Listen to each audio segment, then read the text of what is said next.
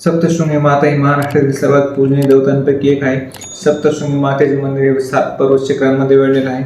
सप्त म्हणजे 7 आणि शृंग म्हणजे पर्वत, म्हणूनच या देवीला आपण सप्तशृंगी माता असेही म्हणतो. तर आज आपण जाणून घेणार आहोत या गडाबद्दल काही पौराणिक कथा आणि रहस्य. नमस्कार, मी शुभम, तुमचं सर्वांचं स्वागत आहे आमचं नवीन यूट्यूब चॅनल देवयात्रा मराठीमध्ये. तर सर्वात आधी आपण बघणार आहोत देवी या गडावर प्रकट होण्यामागची काही पौराणिक कथा. प्राचीन काळी महिषासूर नावाचा एक राक्षस देव, ऋषी आणि मानवांना त्रास देत होता. त्याच्या अत्याचारामुळे सर्व देवी देवता सुद्धा भयभीत झाले होते. तेव्हा सर्व देवतांच्या इच्छेला मान देऊन माता पार्वती यांनी दुर्गा मातेचे रूप घेतले. या दुर्गा मातेला 18 हात होती आणि या राक्षसाचा वध करण्यासाठी प्रत्येक देवाने देवीला 18 शस्त्र प्रदान केली होती. त्यामध्ये प्रमुख म्हणजे भगवान महादेवाचा त्रिशूळ, आणि या त्रिशूळाचा उपयोग करून देवीने महिषासुराचा वध केला आणि तेव्हापासूनच या देवीला आपण महिषासुरमर्दिनी असंही म्हणतो. देवीचा हा सप्तशृंगी गड याची गिनती 3.5 शक्तिपीठामध्ये का होते त्यामागे सुद्धा एक पौराणिक कथा आहे. राजा दक्षाने यज्ञ केला होता. त्याने आपली कन्या सती आणि जावई शिव म्हणजेच श्री महादेव यांचा अपमान केला. अपमान सहन न झाल्याने सतीने यज्ञकुंडात देहत्याग केला. तेव्हा श्री महादेवांना अनिवार्य क्रोध आला आणि श्री महादेव सतीचे शरीर घेऊन तांडव करू लागले.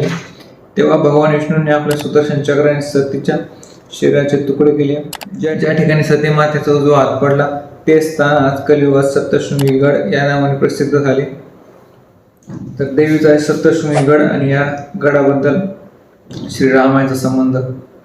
लोकांच्या श्रद्धेनुसार आणि पौराणिक कथेनुसार वनवासाच्या काळात प्रभू श्रीराम, माता सीता आणि श्री लक्ष्मणांनी या सप्तशृंगी पर्वतावर येऊन देवीचे दर्शन घेतले होते.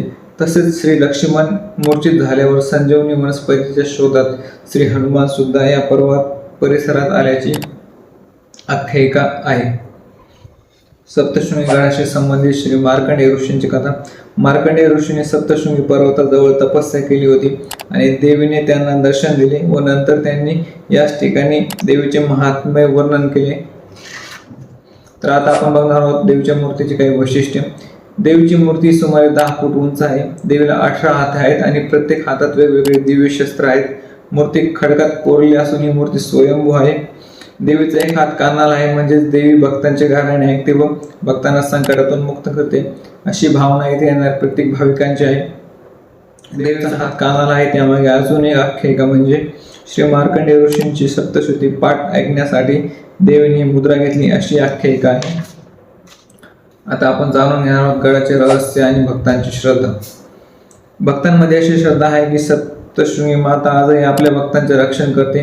काही लोक कथांमध्ये गुप्त गुहा, देवींचे चमत्कार आणि रात्रीच्या वेळी जाणवणारी दिव्य ऊर्जा यांचा सुद्धा उल्लेख इथे आढळतो. सप्तशृंगी माता ही शक्ती, धैर्य, मातृत्व आणि श्रद्धेचं प्रतीक आहे. नवरात्रीच्या काळात लाखो भाविक देवीच्या दर्शनासाठी गडावर येतात आणि सप्तशृंगी मातेचा उदो करतात.